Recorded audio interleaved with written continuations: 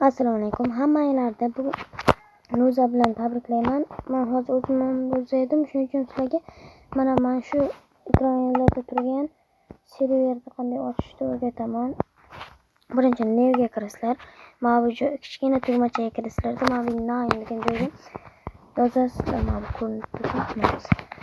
Hozir name degan joyga xohlagan nomlarini yozib tashlaysizlar. Shart emas bu. Uncha ip address degan joyga server ip of address degan joyga katta harf bilan mana play.ppcraft.ru mana shuni yozasizlar.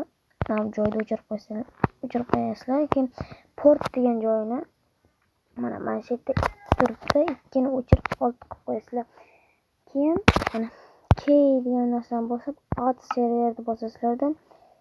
Creative World deb bosasizlar. Keyin mana